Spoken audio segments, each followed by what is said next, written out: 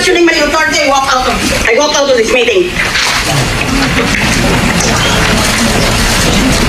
Wala ka na ba ibang argumentong maisip sa utak mo?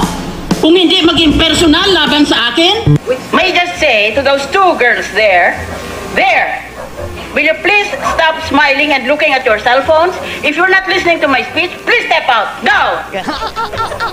Nakaka-insulto yung ginagawa ninyo sa Senado ng Pilipinas. This is a travesty.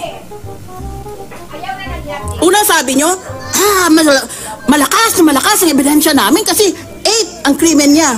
8 ang articles of impeachment namin. Bilangin mo, 8 yan. Pagkatapos ngayon, 2 buwan pa lang, wala na. 3 na lang sa 5. Kasi tama na yun, panalo na kami. Wah! I request the Secretariat should record in our journal that I said, wah!